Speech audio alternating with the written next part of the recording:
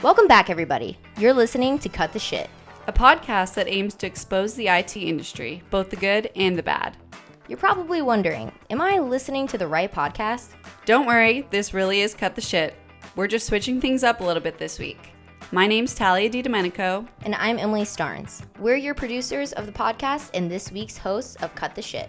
This week, we're going to be talking about non-technical roles in the tech industry, the gender gap that exists within the industry, and ways we can decrease that gap. And lastly, we'll wrap up today's episode with a fun game of Would You Rather. Now let's cut the shit and get to straight talking.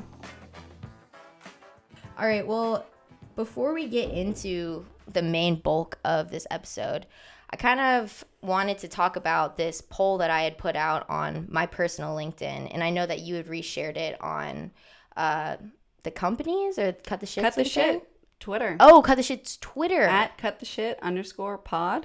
Yeah, if you're looking for some good tech memes, yes, find them there. Memes. Find them there. I was assigned to make the tech memes, so let me know if I'm doing good or if they're just shit. Because if they're bad, then feedback's great. But anyways, I put a poll out on my LinkedIn just kind of to get a feel for this episode and kind of some of the topics that we're talking about. But so one of the first questions I asked was, would you consider your current industry that you work in to be male dominated? And I was actually kind of surprised for this because I want to say probably the majority of my LinkedIn following is girls or other women.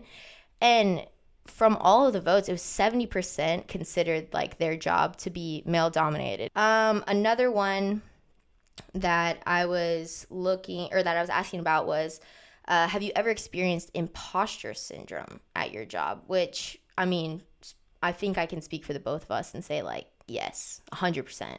Yeah, and we were talking about this a little bit beforehand. It's not even just in the workplace. It's in you experience it in a lot of other facets of life too. Friends, family, relationships. Especially, it's tough. Especially too with the world is so like out there right now. Like you can look into everybody's lives. So I feel like a lot of times we hold ourselves to like, okay, we gotta act like we're doing the same thing everybody else is doing on social media too. I'm sure people putting content and photos and stories or whatever out there that maybe they aren't comfortable with or would normally do, but they're just doing it because, you know, right, it's like on trend or dressing a certain way. Mm-hmm. But I think it was no surprise on this one. I got 100% people said yes. Wow. Yeah, and I think you were saying in one of the Cut the Shit polls that you had shared, there was a one no. There was one no. I'm gonna let me know your secret. If you truly have never experienced imposter syndrome at your job, let us know. Maybe their finger slipped. Yeah, maybe. Accidentally hit. They were like, shit, and they can't take it back. Or they're still going through it right now. Yeah. And they said no. They were like, well, never mind. Or we need to know what's the secret. Yeah, what's the secret? Because good for you. Yeah, if you truly haven't, that's awesome. Amazing. And kind of like the last one that I wanted to talk about that I think will get us a good jump into this first part of our episode that we're going to talk about is, if you work in the tech industry, do you currently hold a technical role? And this was about 50-50 on ours. I think for us, it was one of those things where I don't know about you, but for me personally, I never really expected to kind of fall into this industis. Yeah, I definitely did not. So I feel like an imposter right now, actually. It's my first podcast. Speaking of imposter, this is my first podcast. Everybody take it easy. Cut me some slack. We're normally behind the cameras and behind the audio. So now that we're in front, Well, we're doing both, actually. Yeah, we are. So we're running the cameras and we're doing the audio. So basically, we're better than everybody else. Yeah. We fake that we're better than everybody. So I'll give you a little bit of background, I guess, on. Yeah, because I mean, personally, I haven't heard your origin story. Sure. So I would love to know kind of how you landed in this industry too. Yeah, so I went to school and I studied journalism, or that's what I started when I studying when I first entered college or university. And how many? Wait, why don't you backtrack a bit? She said university. Yes. Tell the listeners where you're from. Yes, if you hear any other about or out or I don't know what else do I say. That's kind of funny. I'm just kidding. You never say that. Yeah, I feel like, yeah. She loves maple syrup here, Yes, everybody. actually, I dress my salad with maple syrup. All she eats is maple syrup. She actually sleeps in snow at night. Yes. No, yeah, I'm from Canada originally, but I've lived in Nashville for almost 4 years now. So I feel like I've rid of all of the lingo and the accent, but it definitely comes out here and there. But yes, college here, we call it university in Canada. Like they it's do same in thing. We just like to pretend we're a little in bit the European nations as well. British derived. Yes. Yeah. So yeah, I went to school up in Canada's capital, actually, Ottawa, called Carleton University. And I started there as a journalism student. And how the program works is after your first year, you've got to add either a minor or a double major or something else onto your degree. Right. There's only so much journalism you can teach. So I don't know. I don't know if that's where that came from. But went through the first year of journalism, and there was a lot of things I loved about it. Some of what we're doing today, part of it, camera work, audio editing, video editing, getting behind the camera, writing, but the hard news aspect of it just, was not for me. Yeah. So once I entered my second year, I decided to add on communications to my major, double major, and she's really smart, guys. And I felt that I could marry a lot of what I had learned and would continue to learn, because I was still in the program for all 4 years on the journalism side, with the communication side of things, which is, a huge scope of different things that fall under communications. Oh, whether yeah. it's marketing, so many things. So I married those two, graduated, obviously, and then it was kind of one of those things after university or college where I didn't necessarily know what I wanted to do, but then there's always people around you asking, like, what do you want to do after you graduate? Like, yeah. And you're kind of telling them some of your interests, maybe what you might be interested in, and it was a family member who actually introduced me to my first place of work. So she introduced me to my previous boss, and I landed a marketing job with them. Was not in IT, though. And how I ended up here is, I don't like to give him all the credit, but my now fiance was living here, and we were doing long distance for a while, and was obviously thinking about one day, how can we end up in the same place? So I wasn't planning on moving here actually as soon as I did, but I was here visiting, and it was sort of the same situation where somebody he knew that I was maybe looking for jobs here in the near future, and that I was in marketing. And I got introduced to Bryan and Plow. And back then, 4 years ago, their website had little to nothing on it. So I'm trying to understand, like, what the heck does this company do? Oh my God, yeah. Like, am I going to be qualified? Yeah. Am I going to want to work at a place like that? But it was kind of one of those things where I was like, what the heck? Like, if nothing else, experience in an interview, experience getting to know, like, the types of employees here in Nashville. Obviously, I'm not from here. I was just visiting. Right. And when meeting Bryan and Plow, when I met with them, or was really with Bryan, our conversation was never technical. They were looking for a marketing person. Like I said, their website was, they didn't have much out there at all in terms of marketing when I first was introduced to them. And we didn't ever have a technical conversation. So while I was entering this interview where I was like, oh gosh, I don't know anything. You thought you were going to need to know about, like, what is SD-WAN, like routers and switches, like what is phishing and all this stuff. And it was never a conversation about that. And that's something definitely that was endearing. Yeah, exactly. With Plow and working here. It was more so about, we really had it was our first like one-on-one meeting. It was definitely very like strategy and goals for the future and what they wanted to see happen in terms of like their marketing and their content. And yeah, it was never technical. So even though obviously eventually I ended up taking the job, right, and spent a bunch of time with Bryan, Cameron, and the team before I did, I was never, this is probably naive on my part, the like big monster of IT behind what Plow does, right, was never something that I felt was in my way, because Yeah. all of the conversations that we had were Weren't not about like that. that. Yeah, they weren't about that.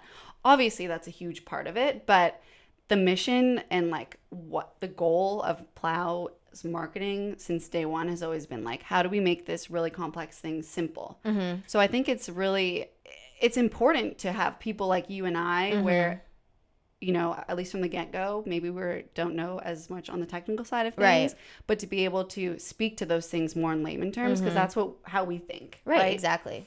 So that's like the long story. Yeah. So you kind of entered into this industry kind of by, like you said, like a friend of a friend. You didn't enter your career thinking you wanted to work in tech. No. And it was not something that I had school experience in or other experience in. It really was kind of like a fluke. Yeah.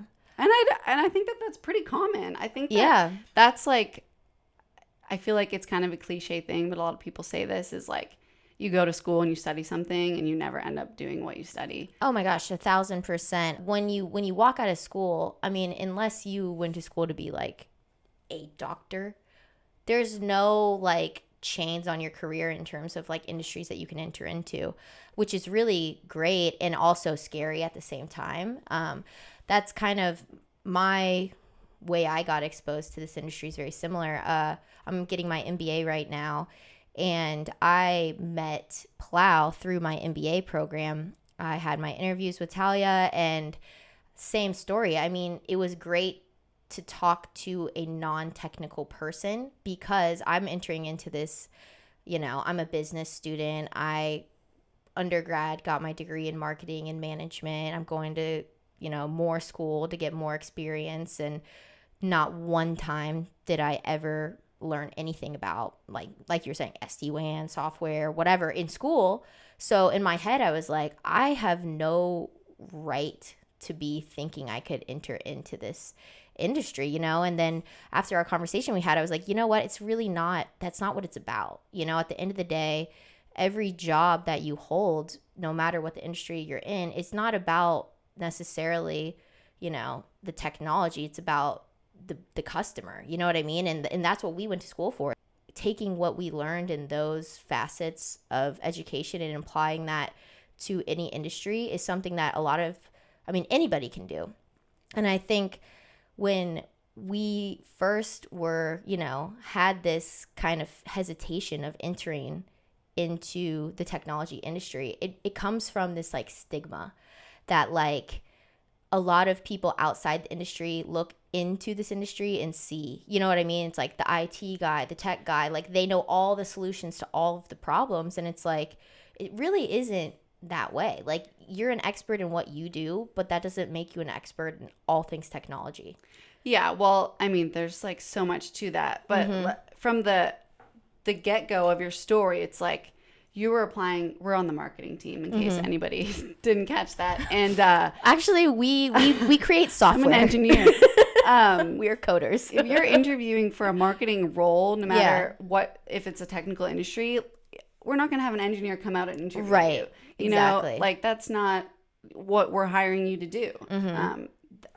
There is a need for technical people, obviously, in the industry, but that's not the role that we are in, or other non-technical roles are hired to do. You're hired for your expertise in whatever team you're being hired on, whatever role you're being hired on. And luckily for us, on the marketing side of things, your experience in that is more important, I think, you know, than having all the technical things down pat. And obviously, it's so important how you fit in with the culture. Definitely. And I think, like, looking back on it, we now see that. But, you know, fresh out of college and you're looking for your like first or second job, it's like you see the words tech associated with something and you think, I mean, immediately I think like Silicon Valley, I think Apple, Google, like these genius minds. And it's like, hey, even we are too.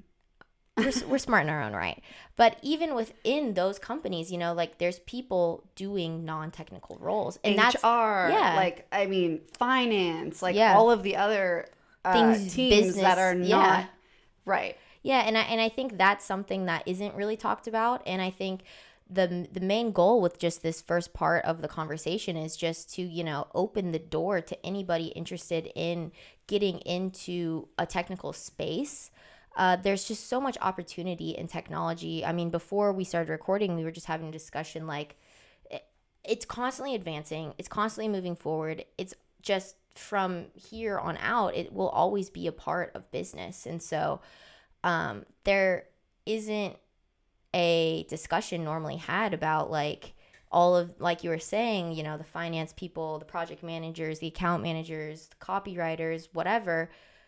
That doesn't get talked about as much, but there's so much opportunity within companies that work in this industry to do non-technical roles.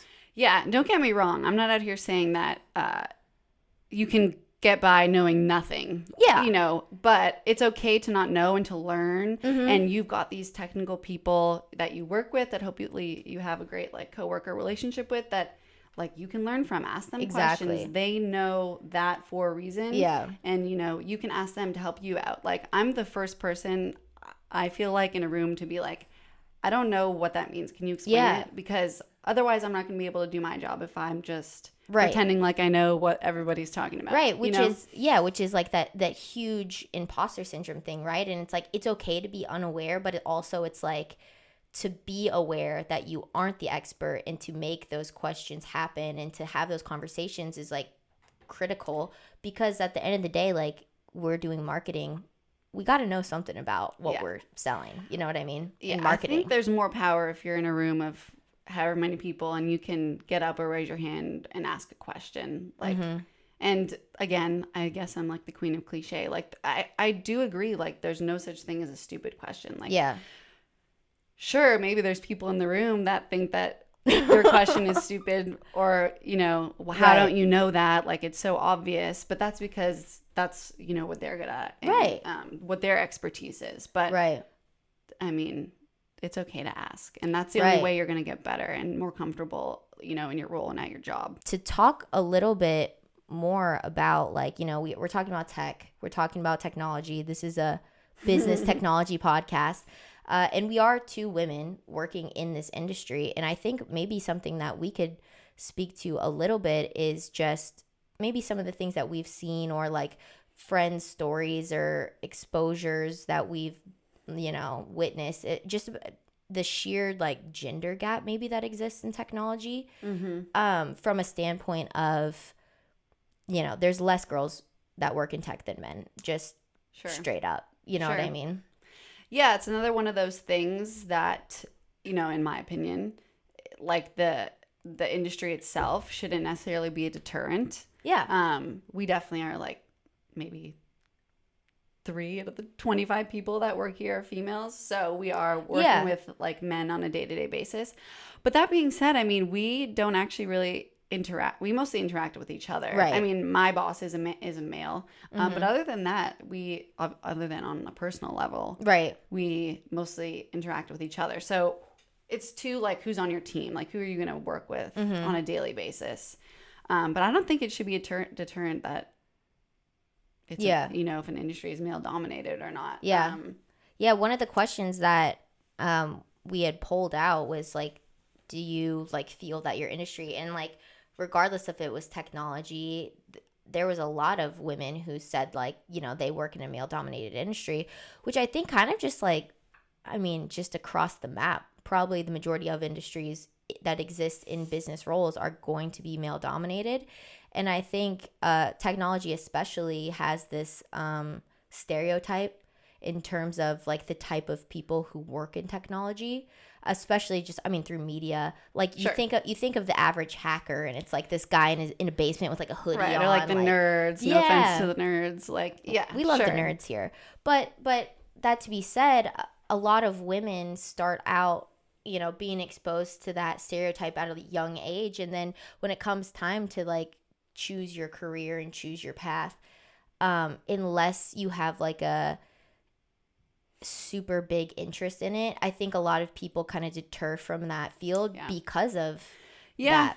So I was just doing a little bit of research, before coming into this conversation, just because I think we are so new into this industry. I mean, you've been working in it much longer than I have, but at the same time, like, we're fairly young and we've, haven't been in our careers very long. So we are by no means the expert of technology, like we just said, but also women in this industry. You know what I mean? Like you said, like, we are two of three people, three women. There's four of us. Four women. Yeah. Oh no, there's five. There's five, but three mainly in the office. Sure. Yeah.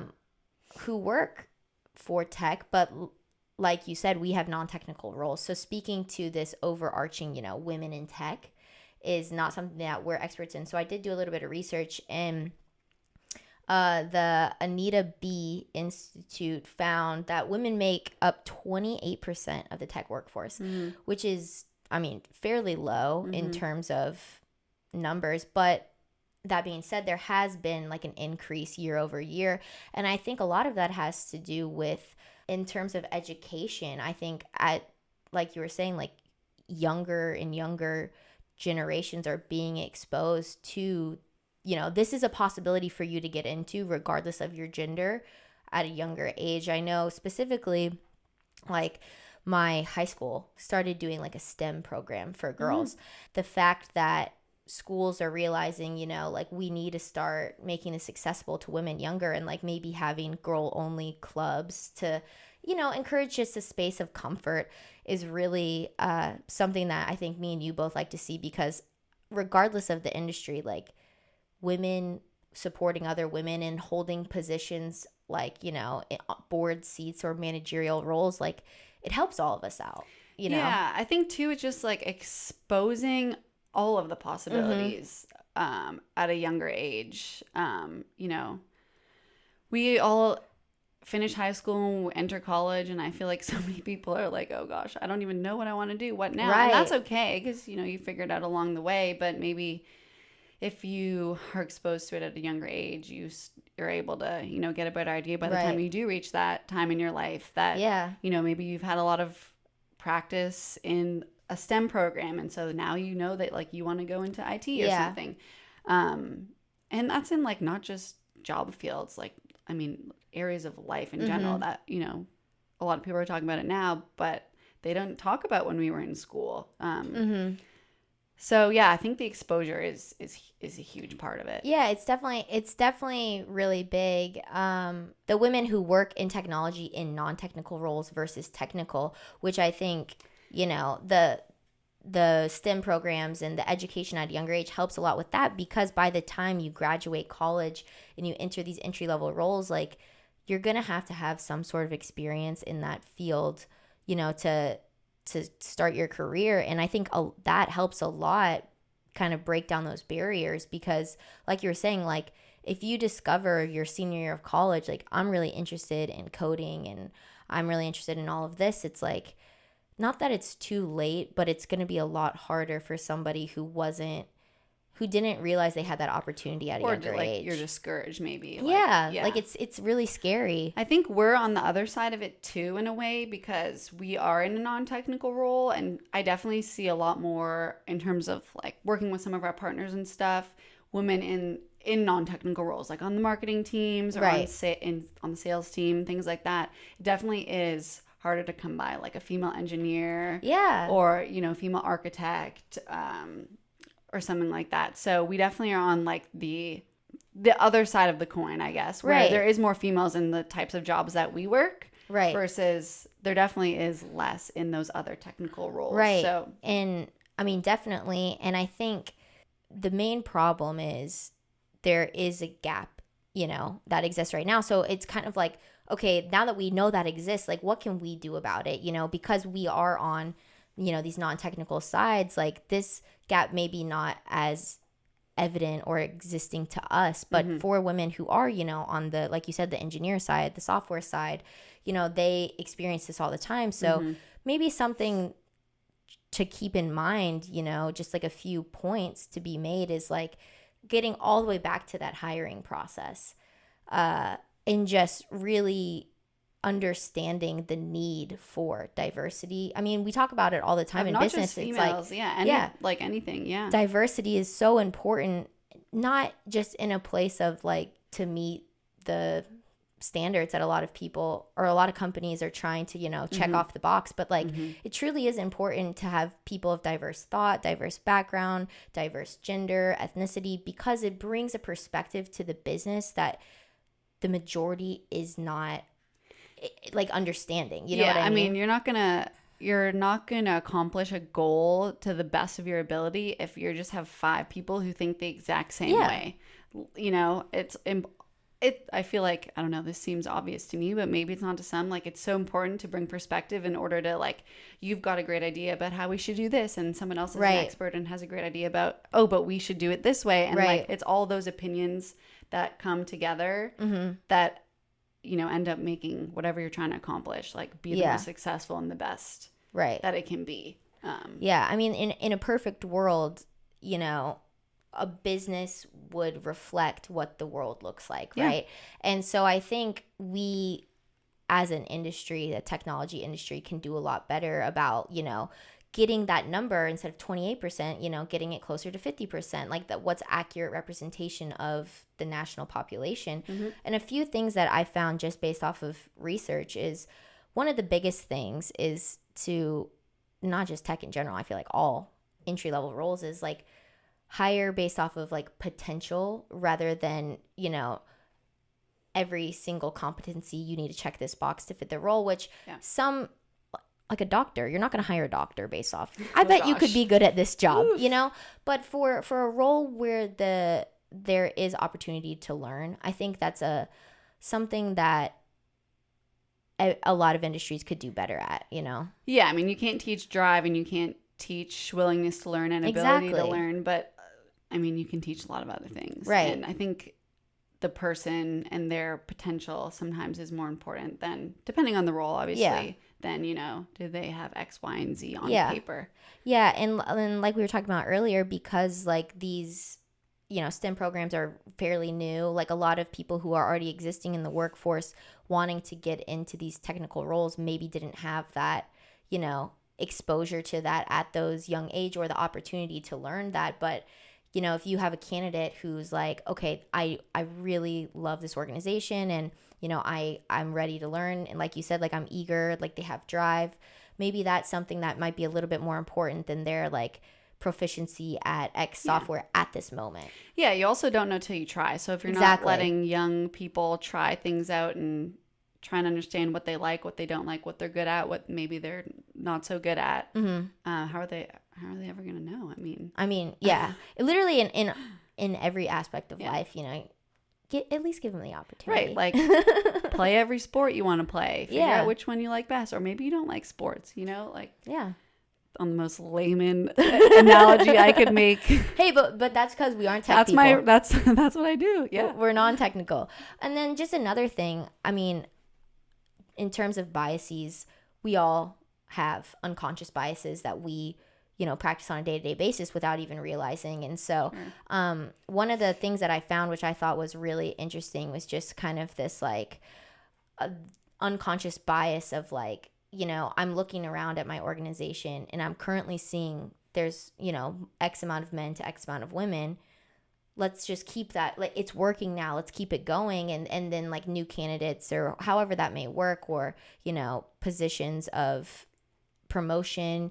There's already a guy in that spot. Maybe it makes more sense because everybody's used to it. And those are just little things that exist. But if there was more conversation to be had about those biases, I think that would expose a lot of it and give people the opportunity to realize that, because I think a lot of it is unrealized. Yeah, I think it's too just like the responsibility of managers and hires up, people like me, female or male, to hire people that aren't just like them. I guess we are similar, I guess you would say, but hire more females, hire people that are different than you. Yeah. It really is like your responsibility. Right. Depending on the company, whether that ethos exists in terms of the culture and the goings on, like on a day-to-day basis. When you are fortunate enough to rise in the ranks, if you will, like take that on as your own responsibility. Yeah. To see change and, hired people that aren't like every other person that works there. And you know what? But also hire somebody who's like everybody that works there if they're the best person for the job. Right. So that's the thing. And I think a lot of it is, at the end of the day, you don't want to hire somebody just to check the box. Like I was kind of talking about earlier. Like you want to hire the best candidate for that role. But at the same time, it's like having awareness that these biases exist, I think is really important, like you were saying, in these like managerial positions, in these board member positions, because like you're the people making the decisions and you have the power. So the trickle down effect really happens when it goes top down in terms of like practice throughout the organization. And then lastly, this is something I think all industries are practicing right now, but specifically industries that want more women to work for them and want to open up that opportunity, just having this healthy opportunity to have flexible work options, you know what I mean? And I think a lot of companies are doing a great job in terms of like paternal leave being equivalent to like maternal leave. Like that's a great practice to do, but just especially with COVID, I think we've all realized like the traditional 9 to 5 sitting at your desk in your office isn't necessarily what every single role requires to get your job done. Yeah, well, the good news is if you're trying to enter IT, they should have no excuse in being able to support you to work from home. It's so important. I mean, people have lives. Yeah. And, part of hiring someone is that you trust them and you trust them to get their job done. Exactly. Whether they're here or there or wherever. And if they don't, that'll come through and you'll figure it out, and that's just a learning lesson. But especially like you said with new moms and dads, like just flexibility. I feel like companies need to have that nowadays. It's such a like key feature in like the type of place people want to work. It really does benefit every party involved. Like people are going to be more productive when they're enjoying their job, when they're having that work-life balance. And I think specifically for women, that's a big draw. Like when you can see, you have the opportunity to both like be a mom and be a successful businesswoman because the company is really supporting you in all facets of life. I think too, if you're hiring or you're a manager, it just does make your life easier to know that obviously there's a vetting process, but that you trust who you hired to be able to get their job done, and you don't need to micromanage them or like, what are you doing right now? What are you doing right now? It really makes your life a lot easier as well. I'm not a micromanager. So it does too. And then, you can get your job done because you're not worried about what they're doing. Obviously there's some of that. You need to worry about what they're doing. Yeah. But for the most part, then you can get what you need to get done and you trust that they're getting done what they need to get done. Exactly. And everybody, I think that makes everybody happier. Oh, 100%. And so, those were just a few, super, I feel personally like easy changes that you can make, within your organization, looking towards hiring new potential or promotions or whatever that may be, just things to be aware of in the future to really increase the number of women who either, are sitting in like board member seats or managerial positions or just entry-level jobs, having that pool as wide and diverse as possible to assure that you have the best candidate. And so with all that being said, women in tech are really important that exist right now, and especially to help girls in the future like want to get into this industry. And I think me and you can really speak on the fact that like we didn't ever expect to be here, but now that we're here, it's like, it really is an industry that exists to help people. Yeah. And it's something that you don't think about. And I think, knowing that what you're doing is making a difference in like other businesses and people's lives is something that's really attractive. So if you're interested in working in the tech industry at large, like just go for it. Yeah. All that can happen is you say, never mind, and you pivot and you do something else. You'll still hopefully have learned something. Yeah. Just like with any job, if the industry fit isn't for you, then try something new. But if you've been hesitant to maybe enter this industry because of maybe some predisposed thinking in terms of your worth or your, knowledge necessary, or even you don't fit the stereotype of that industry, it's like, those stereotypes exist to be broken. You know what I mean? I always feel like when you've been hired for a job, back to kind of the imposter syndrome thing, it's like they vetted you, they interviewed you, they've learned as much as they can about you, and they still hired you for the job. So you're there for a reason, even if there's a bit of a learning curve, or you feel like so overwhelmed on day one, like, oh my gosh, how am I ever gonna know the ins and outs of this? Like, hopefully they've done a great job. It's their job to vet you and pick the best person for the job, and you should be proud that that was you. If you get a job and you feel like, I don't know about this, like they chose you out of however many other people, right? So you're there for believe a reason. In yourself that you're there for a reason, and you brought something to the table that other people didn't. So well, we got really deep there at the end. Sorry, I had to. No, I mean, I did the same thing. I mean, I started getting a little emotional there just because, like, I mean, we didn't expect to be sitting here in these roles. And so I think that now that we are, it's like we want as many people as possible to know, like, this is an industry that you can get into regardless. I mean, you're probably not going to be like a lead engineer if you don't know anything about that. But you can work in these non-technical roles. Learn, though. Yeah, exactly. It's never too late to learn. And you can hold non-technical roles at technical companies and be just as successful as, getting your marketing degree and working for an advertising company. You know what I mean? Like, their jobs exist in every industry because they're needed. Yeah, I think, too, like, it's important that if you're looking for a new job or looking for a place to work, or if you're a company listening, like, to have flexibility. So if somebody enters, you hire them, and you hire them for a sales role, and they've spent some time working with you, and they've got to learn a little bit more maybe about the engineering side of things. Like, if you believe in them to learn, and like allowing for a pivot, like if they want to, they're like, look, I'm super passionate about engineering now. I don't know, from sales to engineering, that's a little bit, but like, maybe it always kind of existed. But you know what I'm saying? Allowing like them an opportunity, whether it's outside of the workplace, like to learn, and maybe like they like just the opportunity to pivot. Like if you enter for one thing and end up deciding that you want to explore or pursue a different avenue, like a company that affords that, I feel like is a huge 1,000%. So Bryan always likes to wrap up the episodes with a little fun game. So I think today we're going to, keep on theme with his antics and play a little game of Would You Rather. But we're going to do a work version. I'm ready.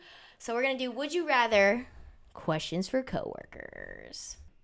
Would you rather work 80 hours one week and have the next week off, or 40 hours for a week spread across 7 days, including the weekends, for 2 weeks? Oof.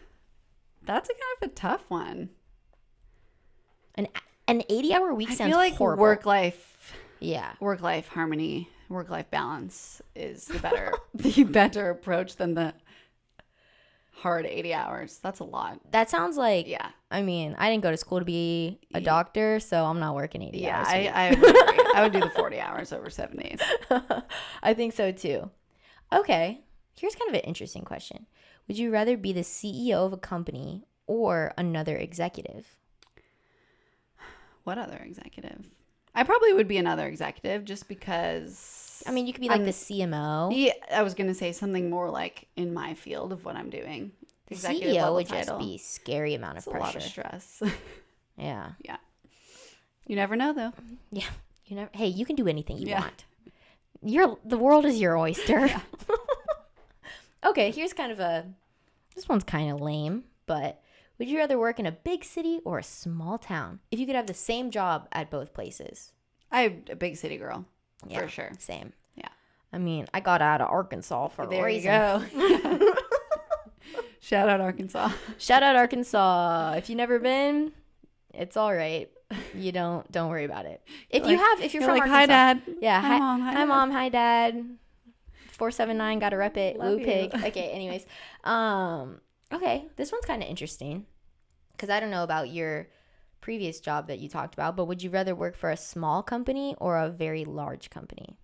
The last company I worked for, I would say it was like a mid-sized company, but I love working at a small company. Yeah, I really do. Yeah, I mean, I've worked at a very large corporation, and this it's is just way so better. different. I mean, it's just so different. It's a lot different, and it's a lot. I mean, I don't even think they're comparable, honestly. Yeah. Okay. Would you rather come in late to work and leave late, or come in early and leave early? Early. Yeah. I'm such an early person. I just am not a work till 6 type of gal. Yeah. My brain, like, sometimes shuts off once it gets a little too dark. Mm-hmm. Yeah. I mean, not that 6 o'clock is dark yet, but Yeah. in the winter, yeah, early. It's for sure. damn near dark at 6 here now. Early for sure. Also because we're like, should be East Coast time, but we're not. Right. It gets dark at like 5:30 in the winter here. Yep. Not expecting that when I moved here. Get used to it. Would you rather be the oldest person in the office or the youngest? Ooh. That's kind of interesting because I feel like we're about the same age as everybody here. Well, who like we are around in the vicinity of our I feel like seats. every year I find myself being like older than others, whereas when I started, I was one of the youngest, and I'm like, damn. That's how aging works. Yeah, wow, you're right. Time. The concept of time. You said every year I find myself being a little older. No, but like, you know, I know we what you tend to mean. hire young people Yeah. because, I don't know, I feel like the fresh perspective of young people is the way to go. Oftentimes, but Yeah. you know, the new hires are still staying young, and I'm just like getting a little bit older. I think I would rather be the youngest. Same. But But that's a hard question. it's kind of hard because like then when you're the youngest, I feel like you're kind of like, I don't know, you don't know the vibe as well. Like when you're older, you can kind of joke with the young person, but when you're the young, you can't really joke with the old person. Yeah, I'm still gonna go youngest. Yeah, same. I mean, I'd always rather be younger than older. Mm-hmm. I never want to be wrinkled. But apparently, it's inevitable now Yeah. that we've just learned the concept of time. If anybody can figure out how to slow down time, let us know. Okay, well, I think that's a good place to wrap up this episode. So in 2 weeks, Bryan will be back with another episode for you guys, and we will be behind the cameras in that episode. So we hope to see you then. And until then, make sure to go follow us on Instagram. We are just at Plow Networks on Instagram. We are new to Twitter. We are at @cuttheshit_pod on Twitter. And then, of course, follow us wherever you get your podcast. If you could leave a rate and a review, that would help us out a lot. And if you like watching over listening, you can watch all of the podcast episodes on YouTube as well. And let us know if you like this episode. We can always come back for guest appearances behind the mic. We're always open to your guys' feedback. You can drop us a line at marketing@plow.net or just DM us on any of our socials if you got suggestions for episode topics, guest speakers, just comments or feedback, what you like, what you didn't like. We're always open to that. Yeah, and if we've given you all of those ats and you still can't find us, like Bryan's kids say, you could Google that shit and you'll find it for sure. So we will see you guys in 2 weeks with the next episode of Cut the Shit. Bye. Bye.